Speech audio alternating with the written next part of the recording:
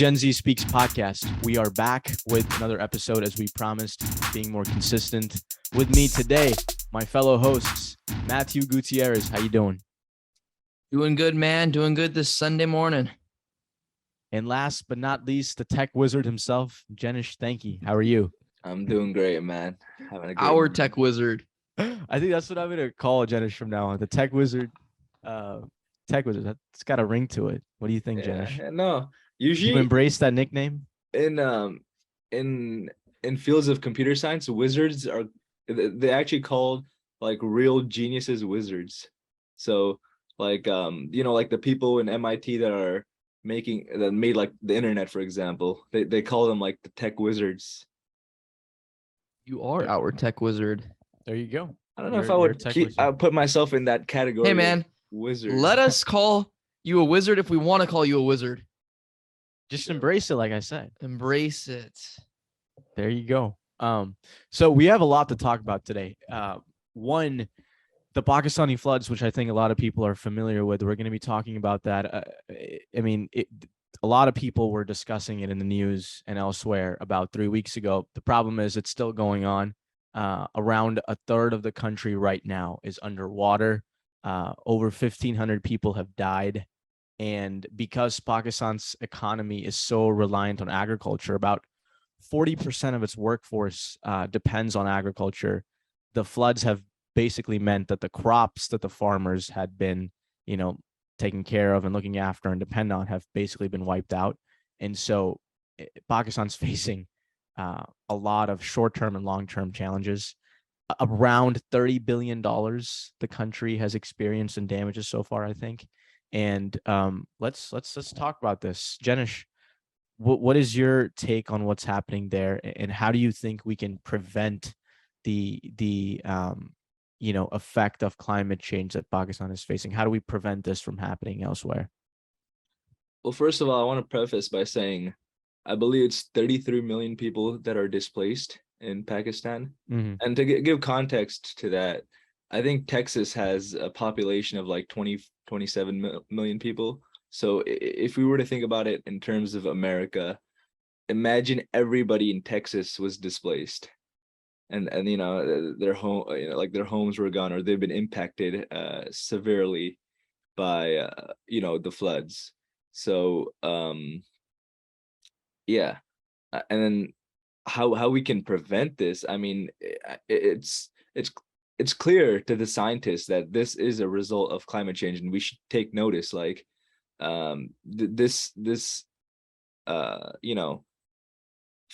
form of flood we've never seen in Pakistan before.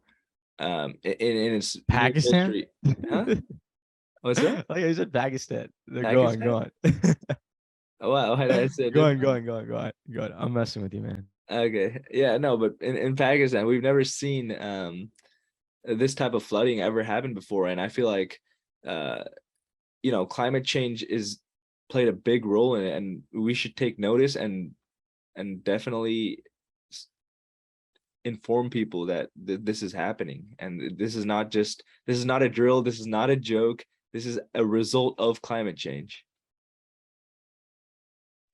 Yeah, so I think the flooding that they got was 6 times more than the 30-year average, which is crazy. And the size, like for reference, if you put the UK and Pakistan, that's the amount of land that's currently underwater, which is crazy. And like you said, 33 million people have been displaced. And also the problem is where the floods are impacting people in the most impoverished areas. And so people, like usually farmers, a lot of agricultural land areas up in the Sindh province have been affected a lot by this. And I think climate change has definitely exacerbated it. Although I was reading on this thing called attribution science, and scientists are coming up with more innovative ways to directly associate climate change with natural disasters. It's hard to exactly pinpoint how climate change is doing it. But I think before the podcast, Jenish, we were talking about this because of Pakistan's topography. There's a lot of glaciers in Pakistan. And so naturally, as the world gets warmer, these glaciers are going to melt. and the water is just going to, create more flooding. And so countries geographically positioned in certain areas are going to be more affected by climate change than other countries. And so I think the challenge is, how do you deal with that, right? It seems unfair. Just because you live in one area, you're going to be more affected by climate change, and then another country might be, giving out more greenhouse gases, which is causing the climate to get warmer. And so, yeah, like no, that's a great point, because Pakistan, the whole greenhouse gas, they impact less than 1% of it. So it's not even their fault that climate change is happening. I feel like we're gonna see more of these as years go by, where these countries that that don't maybe they use all the electric cars, they do everything perfectly, they don't emit any greenhouse gases, but as a result of every other country, they're still going to be impacted. So this is not about who's doing a better job, about who's emitting less greenhouse gases. It's more about working together and getting everyone on the same page, because this is truly a global effort, because no single country can resolve this issue, right? Yeah, that's exactly what it seems like. No country can resolve its issue. And even though the UN consistently puts like these standards out there, it just seems like nobody really follows it, right? And so because they put these standards on each individual country rather than, hey guys, let's do this as a whole. And so it just continues to get worse.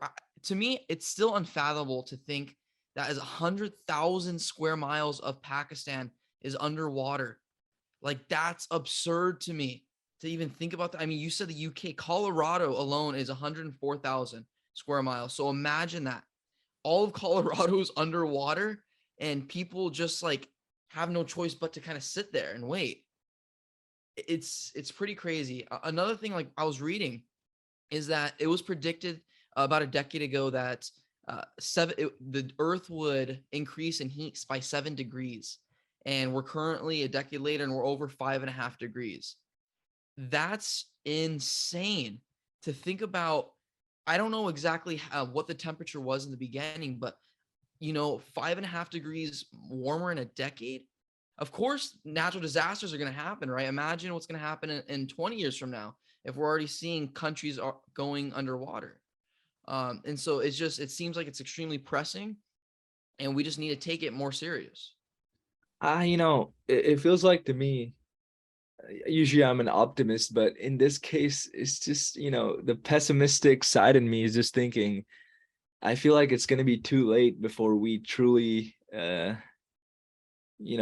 try to change, because everybody keeps saying, and we are making efforts towards changing, but that global united effort that we're talking about, that everybody has to be on the same page, that effort, it feels like it's going to happen when it's a little too late. And scientists have already said that it's too late right now, like we need to start right now. But I mean, it just feels like, to me, the pessimistic side is just getting to me. I don't know if you guys have that same feeling. I have mixed feelings, right? Because one, Matt, there are certain international goals that have been established, like the Paris Agreement, and this is like goal under the UN as well. But the goal is to have net zero emissions by 2050 and cut CO2 emissions by 45% by 2030. And so we have made progress in the last 10 years. Global emissions in the US have been down.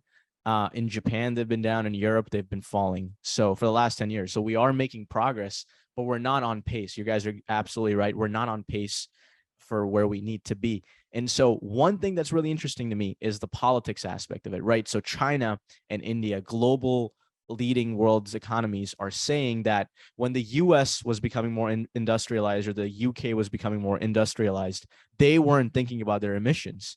But the thing is like UK back in the Industrial Revolution, we shouldn't be using that standard right now, right? And so countries are like they're using the past as an excuse for not meeting expectations. Like China repeatedly says the US didn't care when it was, coming up as an economy about their emissions. So why should we care? Or why should we put more effort in? Or India makes the same arguments, but it's like, it's about a shared responsibility, like you said, Jenish. And The problem is rich countries emit more global emissions, and then poorer countries face more consequences because of that.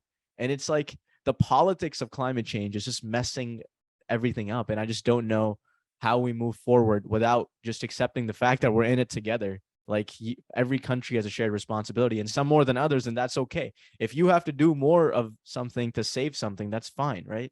That's the thing. That's the thing that's challenging a lot of countries. Isn't it funny how these countries are more concerned about the money aspect of it than rather than like the longevity of life? Because obviously, right, if climate change is happening, the money that they're getting from their economy increasing isn't going to matter later on when the earth is just flat out gone. And it just seems that the ignorance in this, it's becoming overwhelming. It's becoming overwhelming because people just care about a dollar sign, but that dollar sign might not even last a few hundred years from now, right?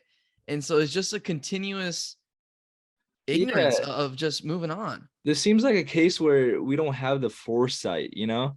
These leaders don't understand that maybe after 50 to 100 years, how the world will be, and how even though using more industrial tools that emit more CO2 might be beneficial right now in the monetary sense, after 50 to 100 years, that same you know gain that they got will be attacked with incredible loss because of natural disasters that happen, or other events that greatly harm the economy and the population of these countries. So I feel like this is also a foresight issue where these leaders can't really see into the future and see like, wow, this might actually happen in the future.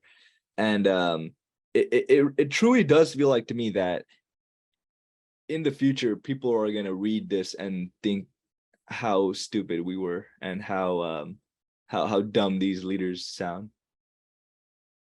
The problem is, though, they're political leaders, right? So they have to worry about their reelection chances. And obviously, it's so hard in a lot of developing countries to switch to, green energy sources like wind, solar, etc. It's because they're so reliant on coal and oil. It's harder to switch. I'm not saying they can't switch. I'm just saying they have Yeah, to no, take into consideration the politics of their own, reelection and their own political parties as well. So that's why it's hard. no, But yeah, you're I right. definitely, no, I agree with you. Yeah, it's just think about the people, right? Like not everybody is well educated, not everybody understands uh they don't worry about what climate change is going to do. They're just living their regular life, thinking about their kids right now, what they're experiencing right now, how much money they're making right now. And it's hard to put everybody on the same page and start getting them to think about the future and what it's going to be like. And it is difficult, and the politics in that is very it is conflicting in a lot of different directions. I want to say that I think it's crazy that windmills, they're actually a net negative. So every year that windmill produces energy, you're actually losing money. So like Edison with all these windmills out in Palm Springs, they're losing a shitload of money having these windmills operate and maintain. Because I mean, if you go out there, you'll see dozens of them just not working, right? It takes a lot of energy, it takes a lot of manpower and money to operate windmills. And generally speaking, they are a net negative for economies. And so if you're asking, third world countries to produce these, it's not very realistic unless a private party comes out, throws windmills up there. I don't know what positive they'll get from it because I mean every year they won't be earning money, right? But it's just good to know that the reason windmills aren't so not productive, not more used is because they are net negative, and solar is still kind of being established right now. And so it's just we're in a really weird time frame where to use sustainable energy, it's obviously it's a lot better than 10, 20 years ago, but it's still not where we need to be in order for it to be mass produced. Yeah, but I think certain renewable energy sources are there, right? Like if you look at electric cars, I think we made great progress on that front. But then it's also the cost of producing electric cars is still high. We're still not at that point where it's easy to or cheap to make an electric car. So you're right. We can always do better in terms of technological advancement, but I really think it's just a priority issue for countries. You know, some countries that are just not affected by climate change, they really don't have much incentive to act right now. Maybe they will in the future when it affects them as well. And so I think that's something that the world needs to deal with, because it's coming up and it's already affecting so many global leading economies too, like heat waves in California, droughts in California, heat waves in Europe this summer, the drought in Europe this summer. So it's affecting a lot of different parts of the world. It's just about committing to it. You know, I think it's like a life thing too. Like if you truly commit to something, you find a way and the will to do it. And if you don't fully commit to something, you're not going to find the will and the way to do it. And so the only way to do it is fully commit to it and take whatever it takes. But that's the tricky part. Whatever it takes means right now for poor countries that they're going to be struggling. They're going to be, they're not going to be, it's just going to be so much harder for them. Does that make sense? I don't know. Maybe I'm Okay, rambling. so I want to bring up a point real quick. Yeah, go ahead. So to me, it's really strange. So I was looking up like hottest points in history, and historically speaking, the hottest time on record was in 1933, and it was just a spike. It hit 133 degrees in Death Valley, and it's never hit that high again. It's hit 129 in the last couple of years. I think 2018 or 2017. But I don't understand that. I don't understand how it spiked and then it just came back to normal. So you're talking about weather.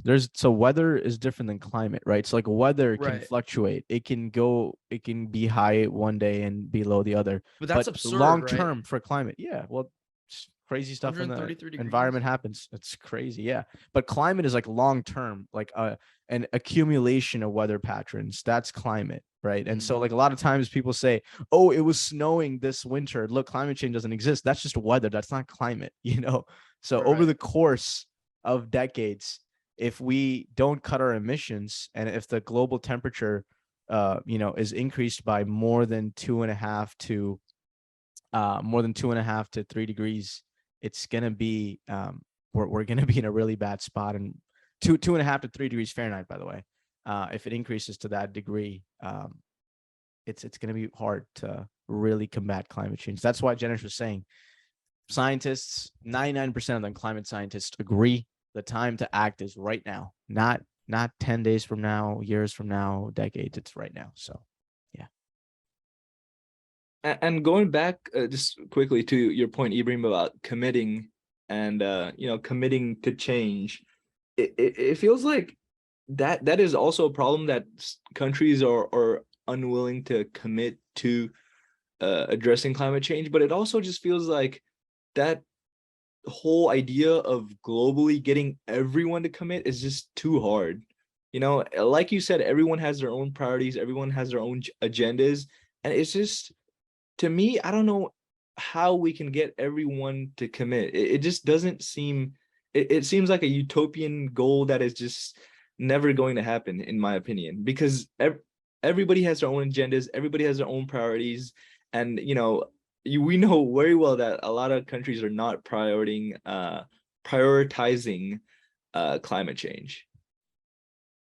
Well, I think the problem is in committing, because under the Paris Agreement, right, the overwhelming majority of countries have committed to reduce emissions. It's about action.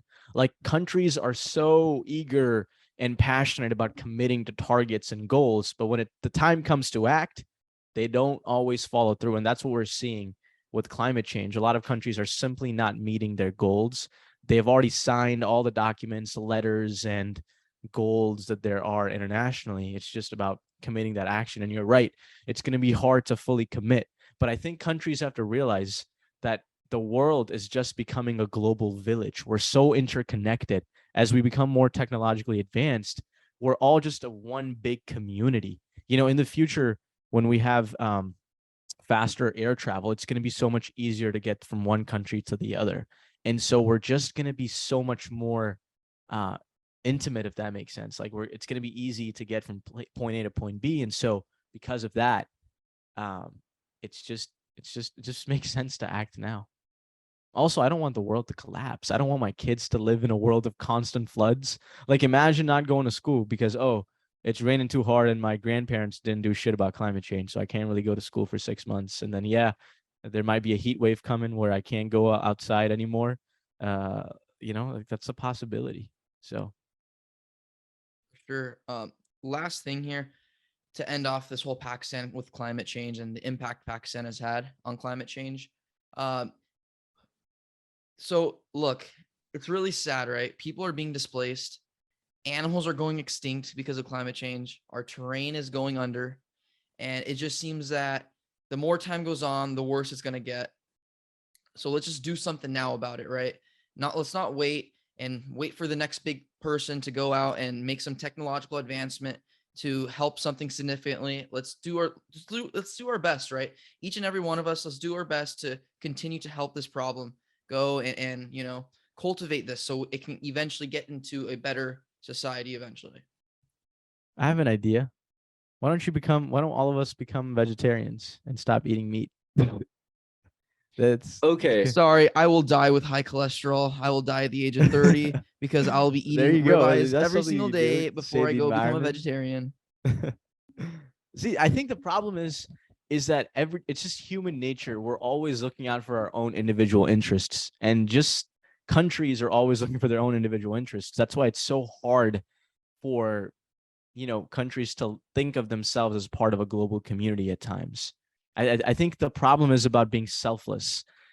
Countries have to realize that they have to sacrifice, that yes, one country is just going to have to make more sacrifices when it comes to climate change than the other, but that doesn't mean that you get to slack off and not do your part in helping that country. That it's not about like, climate change hit me harder and you didn't do, what I'm saying here?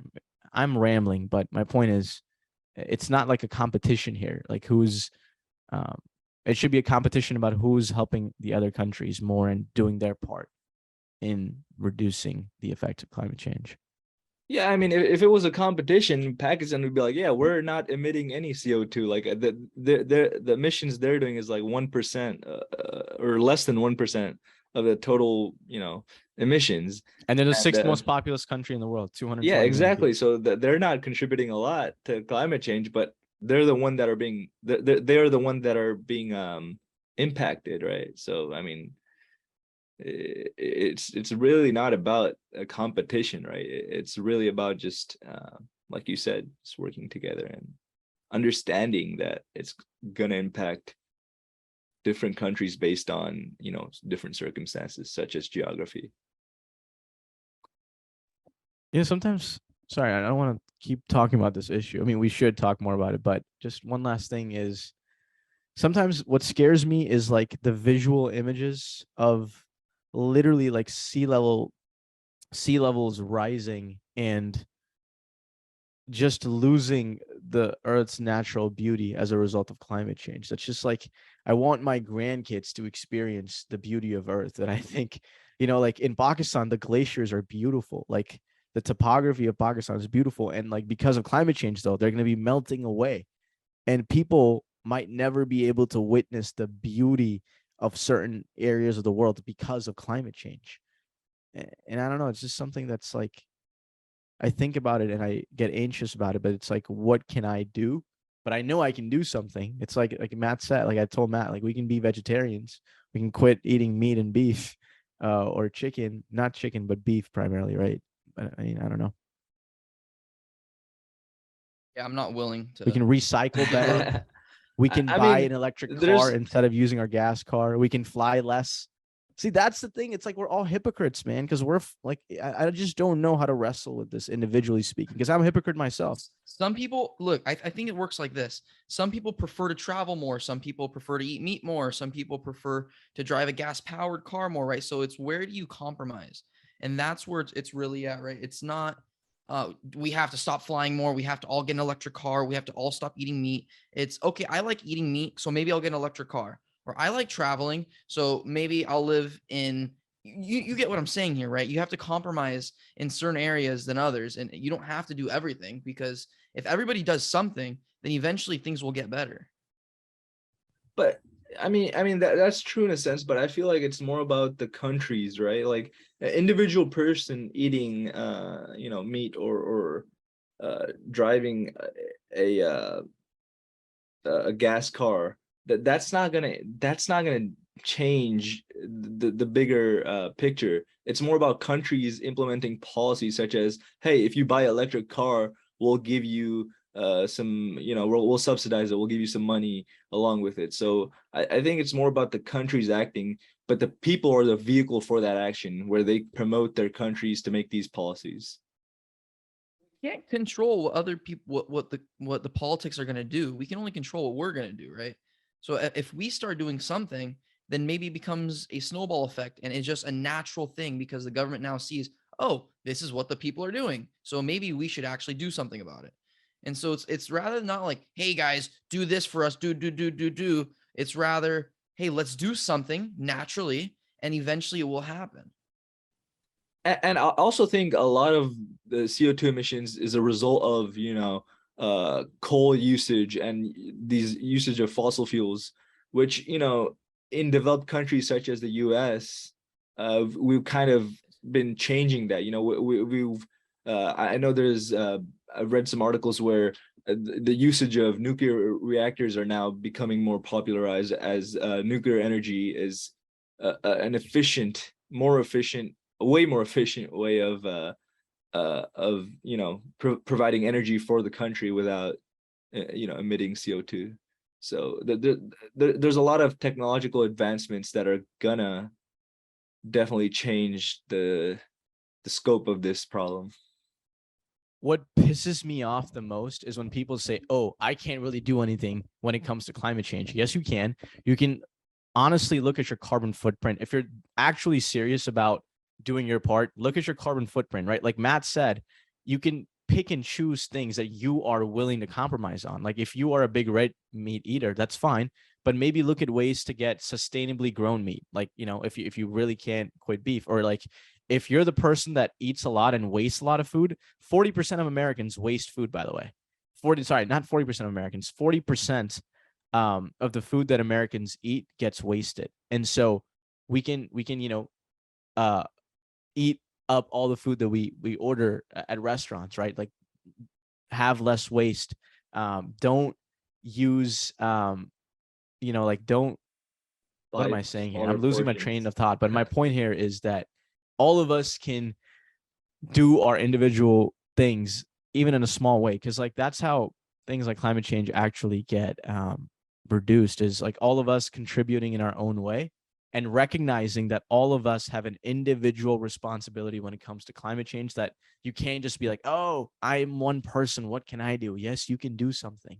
Whatever it is, find it. Like actually be curious about ways in which you can protect the environment, because I think we're at that stage where we need to act and we need to stop with the excuses. And it starts one person at a time. Because think about it, bro. If all of us are so proactive about it, our political leaders have to act. They have to do something. Yeah. I don't know. For me, in an ideal world, it would be the opposite, where the political leaders would try to make the change, but they can only do so much. Like yeah. individual choices, I think, create movements. And if like all of us, I don't think by the way, in America, there's a political party, Republicans, who don't quite acknowledge the effects of climate change, who actively fight against, combating climate change any chance they get. Like, think about that. Like our Senate right now, 50 senators. I mean, some of the Republicans have started to accept that, yes, climate change is a problem, but the overwhelming majority of them are not taking this problem seriously. Donald Trump, when he came in, one of the first things he did was got us out of the Paris Agreement. Why? It doesn't make any sense. It was just an agreement, and that's like, it doesn't make any sense to me that there's a whole political party in the United States, one of the major leading economies, that is not taking the problem of climate change seriously. It's disgusting to me, because half of them are bought out by these big corporations, oil and gas companies that give them money, and so they can't really accept the adverse effects of climate change. And the other senators are just, I think, ignorant. They probably are cognizant of the,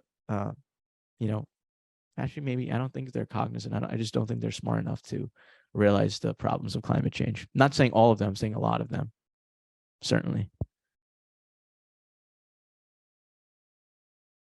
All right, shall we move on? Yeah. Ukraine. Yeah, we can talk about Russia and Ukraine. We haven't talked about this issue in months. Yeah. The war is still going on. Jenish, you want to start us off with that? I mean, I'm still surprised that it's still going on. First of all, it's, I believe, like day 210 right now, if I'm not wrong. And Wow. it's still going on. There's a back and forth going on, but signs are showing that Russia is kind of losing some of its battles and territories, even on the Eastern Front. They have like a bunch of counter-offensive strategies against Russia, and the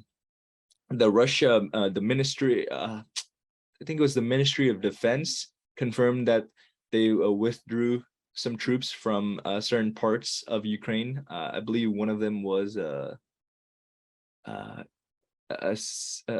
think it was a city named Izium, I believe. I'll double check that, but yeah, basically that some territories Russia's going back on. They're not pushing forward. Ukraine is actually fighting back, and their counteroffensive strategies are actually working, surprisingly. However, it's not all this, sunshine and rainbows. It's not just Ukraine's winning. Putin has made some threats. He said that, this war can get way more serious, way worse.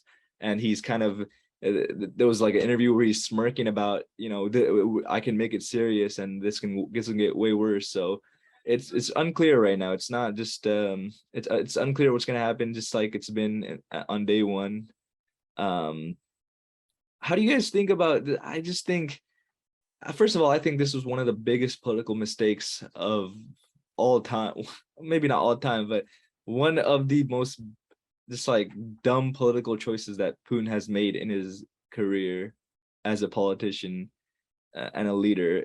It just didn't, it didn't make sense on day one why he did it, and it still doesn't make sense to me right now why he's so just, he just wants to take Ukraine's territory. It just doesn't make sense to me. So first off, I think it does make sense. It's just a very old way of thinking of things. I mean, if we look back in time, I mean, the Roman Empire, they're just taking territory just to take territory, right? I mean, the United States 200 some years ago, we just took territory just to take territory. And so it's not like it didn't make any sense. It makes sense. It's just a sad way of looking at life, right? Because he's just a power hungry individual. And power hungry individuals, they don't care about your feelings. They don't care about the 50,000 soldiers on their team dying. They just want land, and they want to be bigger and badder than everybody else. And that's what he's going for, right? Unfortunately, on his part, over 55,000 troops of his have died. Over 1,100 tanks have gone down of Russia's. Do you know how absurd that is? There was no actual military, like there wasn't an active military that was consistently, training and stuff like that, like Russia, but Ukraine still was able to take down over 1,000 tanks. That is insane numbers, right? And the more time goes on, we just see that, I think Putin is starting to become complacent with it. Like he's just okay with people dying, and so he's just willing to take the longer route out. And he's not. It's like maybe he's not as invigorated as he was in the beginning because people die. You start to become numb to the pain, to the death, and Putin's just okay with it now. He's just willing to take the ride, let more people die, and eventually numbers will win. And Russia has a lot more numbers in Ukraine, and citizens wise. So I think that's the route he's taking right now, and it can go on a lot longer because as long as people are still, angry about it, there's still gonna be battles, there's still gonna be wars fought, and that's just part of it. You know what? I agree with you. If this was about 400 years ago, I would say this is a great choice by Putin. He's gonna get Ukraine, but it's not. We're in a modern society where we're so globally connected. Countries can help each other out through planes, jets, just weapons, information. There's so many ways.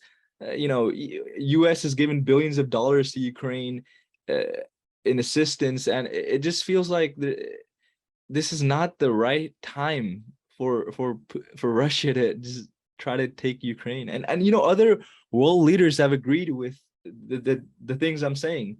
I saw an article recently. The president of India, or the prime minister of India, Narendra Modi, he actually met up with Putin, and to his face he said, I'll put this in quotes. So he said, "Today's era is not an era of war, and I have spoken to you on the phone about this." That's just one quote. And he said that to Putin. And I feel like other Yeah, leaders, bro, but India was also neutral, and same as Pakistan. They were neutral when it came. Like they make hints, but they're not like outwardly against Russia as like Western nations, because they kind of like Russia sold them cheaper oil well, and I don't mean to gas. make it about alliances. It's just that the choice of the invasion just didn't make sense. Right, I agree with you. I agree with Right. you on that. And other world leaders agree with that kind of Not all of them, but some. Yeah, idea. I Yeah, agree with you. obviously, like the China is, I'm sure they don't mind. I mean, they're trying to do the same thing to Taiwan. So Yeah, we'll see what happens with that. But it's just there's advancements going on in Ukraine right now. Obviously, about 52,000 Russian soldiers have died. I believe last week like 350 soldiers died. There's all these small advancements that's happening, but Russia's losing though. It's very clear they're losing ground in the east, at least. yes, And they are. if They it are. continues, something that I'm scared of is, like you said, Matt brought up a really good point about becoming numb to death and pain. I think that's the state that Putin is in, because so many of his soldiers have already died, and there's just been so much economic loss. Reputationally, he's lost all credibility on the international stage. I just think this is a point in time where a leader like that might even become crazier.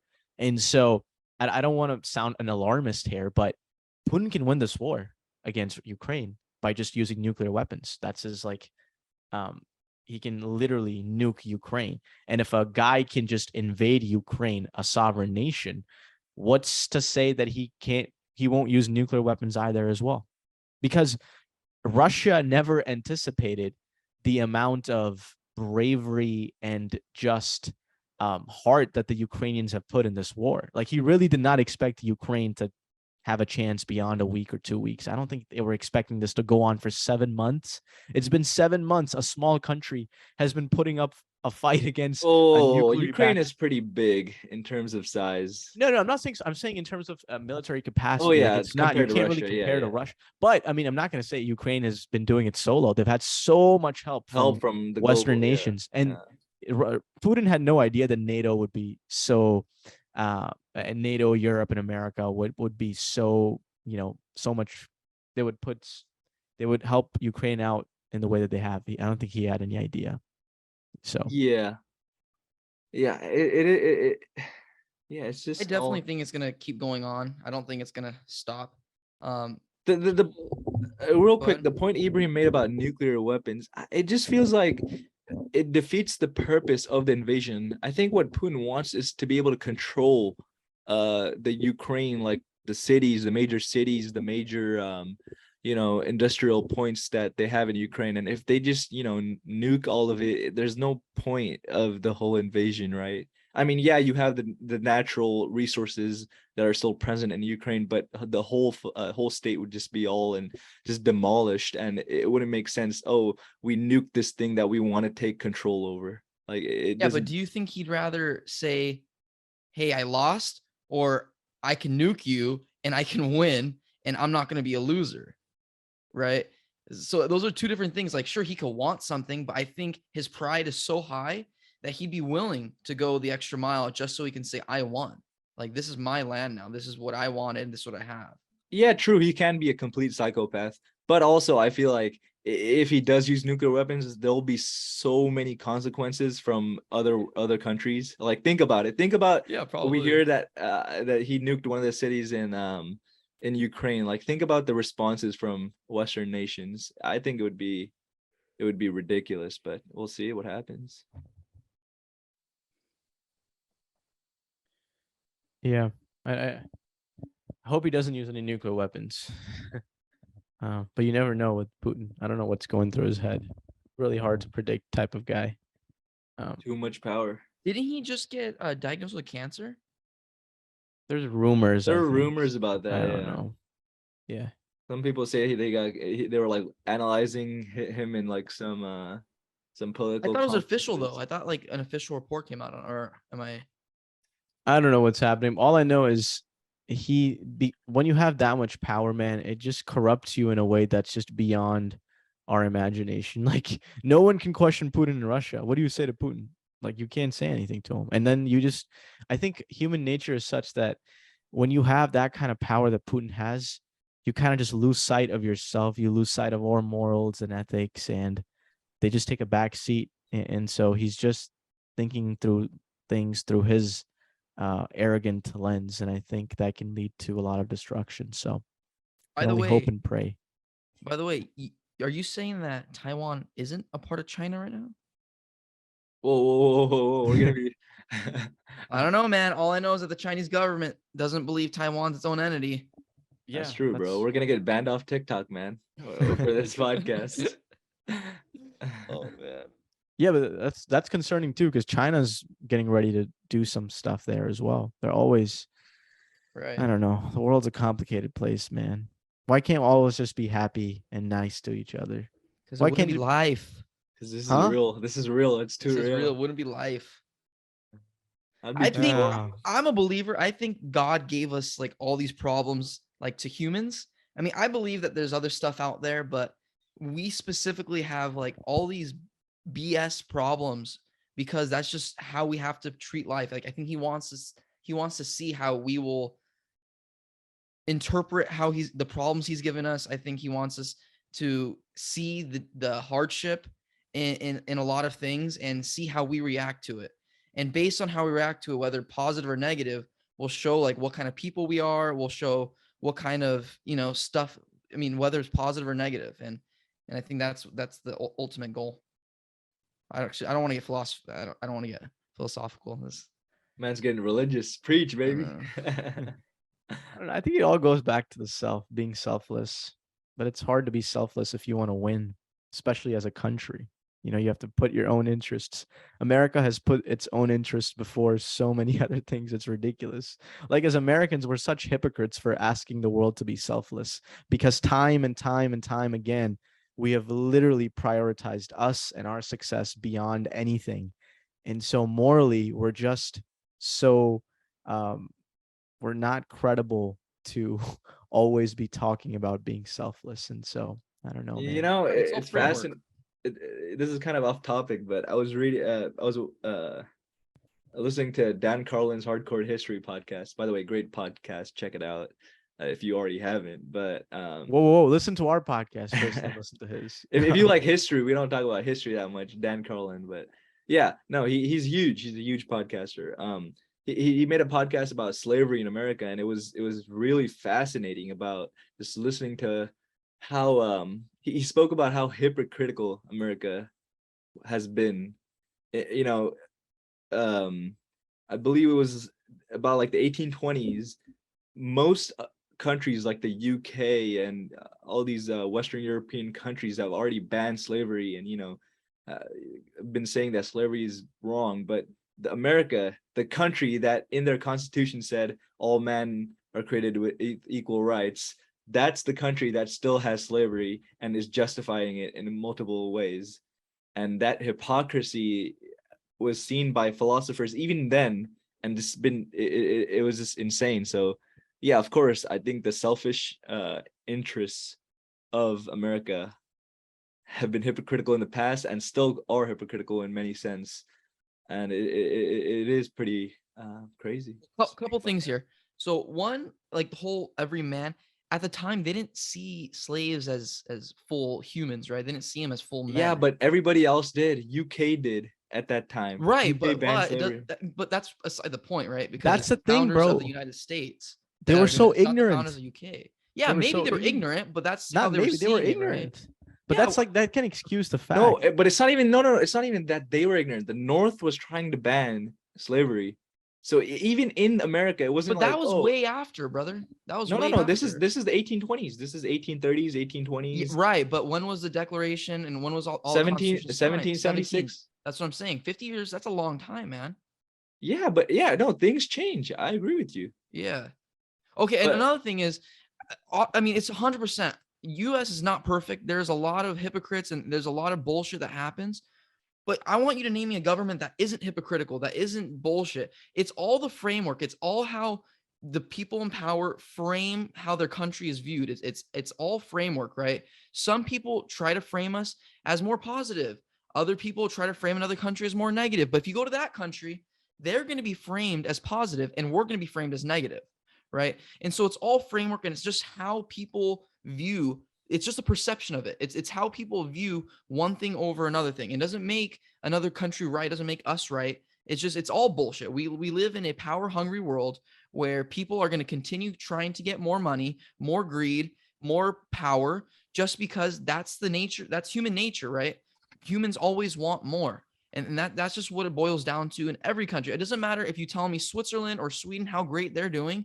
Sure, maybe they're doing better than us, but I guarantee you there's still corruption going on. There's still greed going on in the government. If you don't tell me that, then I think you're pretty ignorant.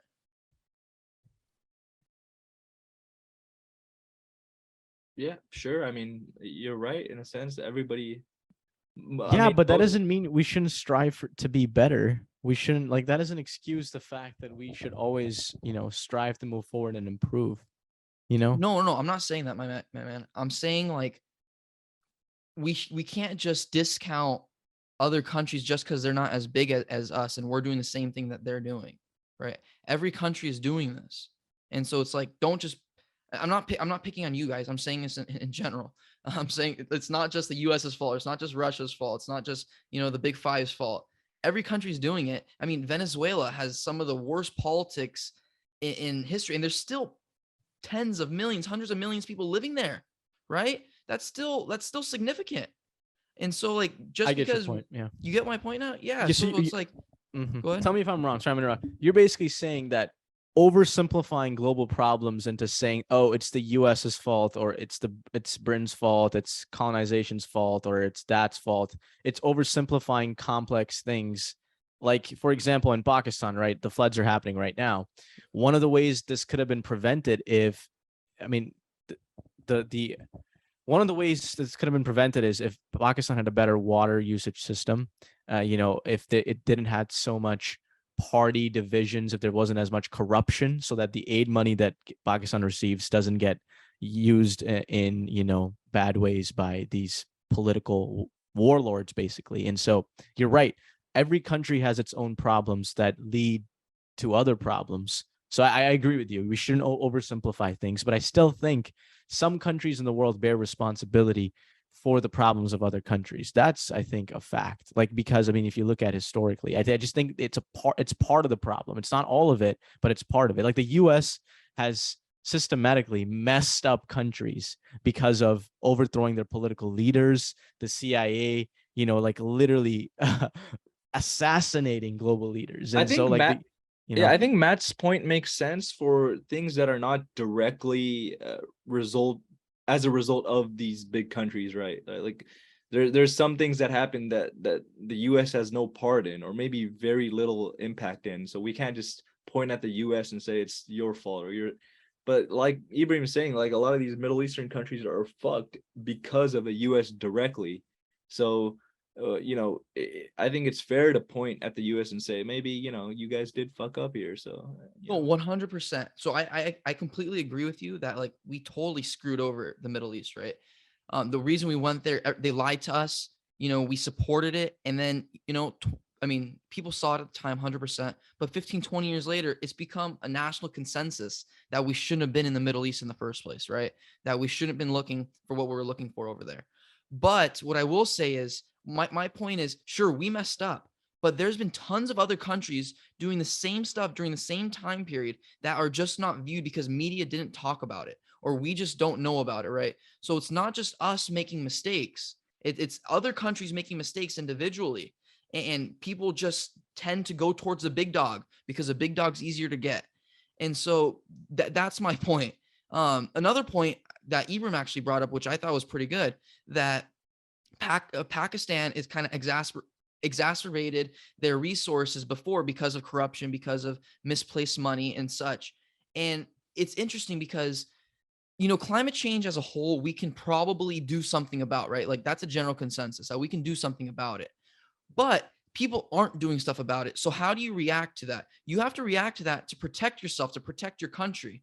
And so say, hey, you know, people actually aren't doing much about it. So how am I going to protect, you know, the citizens of Pakistan? How do I protect my country? Maybe I should have more money in place in case a natural disaster does happen so we can get back going quicker. So we don't have to rely on other countries as much as we may have to now, right? And so I think there has to be backup plans. There has to be, sorry, not even backup plans. You have to forward think what could happen. And if you forward think that, you know, natural disasters are likely to happen in our country just because of the geography of where we are, like that's just life. The geography of where you can't do anything about it. Sure, it's unfair, but life's fucking unfair, right? And so you have to go ahead and put things in place in order to, you know, reconcile the damage that's already happened, or make sure that your citizens are safe and ready to go when a natural disaster will happen.